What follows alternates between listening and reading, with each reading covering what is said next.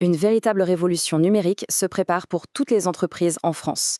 On va décortiquer ensemble les nouveaux labels officiels, ceux qui vont servir de boussole dans cette grande transition. Et attention, hein, on ne parle pas d'une petite mise à jour logicielle. Non, non, c'est un changement de fond, une toute nouvelle façon de gérer les affaires. Pour se rendre compte de l'échelle, il y a un chiffre qui parle de lui-même. 8 millions. 8 millions d'acteurs économiques. Ça va des plus grandes entreprises jusqu'aux freelances. Tout le monde est concerné. C'est tout simplement colossal. Alors, quelles sont les dates à marquer au fer rouge dans son calendrier? C'est simple. D'abord, septembre 2026. À partir de là, toutes les entreprises, sans exception, devront être capables de recevoir des factures électroniques. Et un an plus tard, pile en septembre 2027, il faudra aussi pouvoir les émettre. Le compte à rebours est clairement lancé. On peut se demander, mais pourquoi tout ce remue-ménage maintenant? En fait, l'idée du gouvernement, c'est de faire d'une pierre deux coups. D'un côté, moderniser l'économie.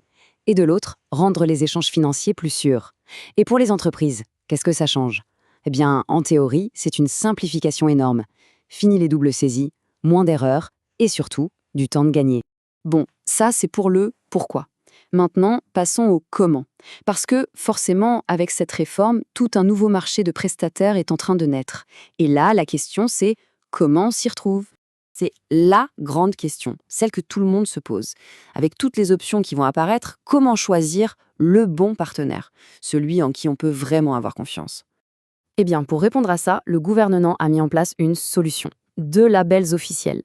Il faut les voir comme des sortes de tampons de confiance, des repères clairs pour naviguer dans ce nouvel univers. Allez, on commence avec le premier, le plus important, la plateforme agréée. C'est vraiment la pièce maîtresse du puzzle, le concept clé à bien comprendre. Voilà à quoi ça ressemble. Ce logo, c'est le signal. Quand on le voit, on sait qu'on a affaire à un acteur de confiance maximale. C'est vraiment ça qu'il faut chercher. Alors, qu'est-ce que ça veut dire plateforme agréée? Ce n'est pas juste un nom. C'est une entreprise qui a passé un examen de passage très strict auprès de la Direction générale des finances publiques, la DGFiP. Elle a été officiellement immatriculée, ce qui prouve qu'elle est solide et qu'elle respecte toutes les règles. Et son rôle est vraiment unique. C'est la seule, je dis bien la seule, qui a le droit de faire le lien direct avec l'administration fiscale pour transmettre les données des factures. En gros, c'est elle qui garantit que tout est fait dans les règles de l'art, du début à la fin. Ok, ça c'était pour la plateforme agréée. Maintenant, voyons le deuxième label, la solution compatible. On va voir à quoi ça sert et comment ça s'articule avec les outils qu'on connaît déjà. Et voilà le deuxième logo. On voit tout de suite qu'il est différent. Il n'indique pas la même chose. Lui, il signale qu'un logiciel est, compatible avec le système. Une solution compatible, c'est quoi au juste? En fait, c'est très souvent le logiciel de compta ou de facturation qu'une entreprise utilise au quotidien. Il sait créer une facture dans le bon format, mais, et c'est là toute la différence, il n'est pas immatriculé officiellement par l'administration. Et ça a une conséquence majeure.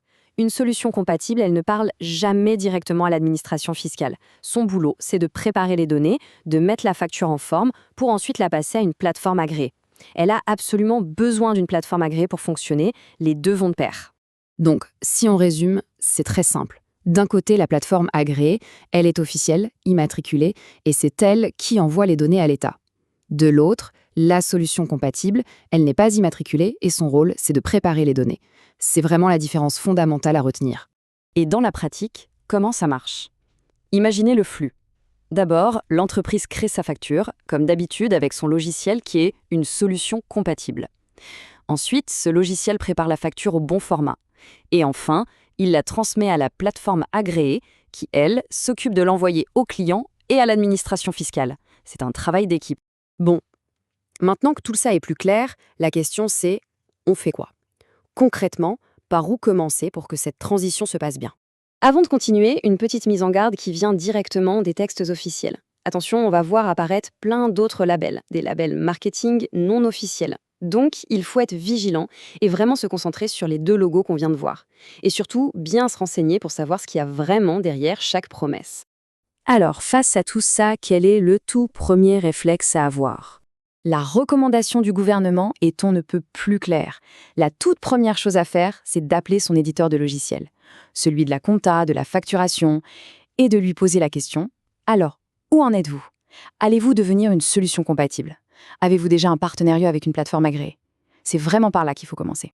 Et pour finir, une petite question. Est-ce qu'on doit voir cette réforme juste comme une contrainte de plus? Ou est-ce que ce n'est pas, au fond, une opportunité? Une occasion un peu forcée, certes, mais une occasion quand même de moderniser ses process, de devenir plus efficace, bref, de faire un vrai bond en avant. La question reste ouverte.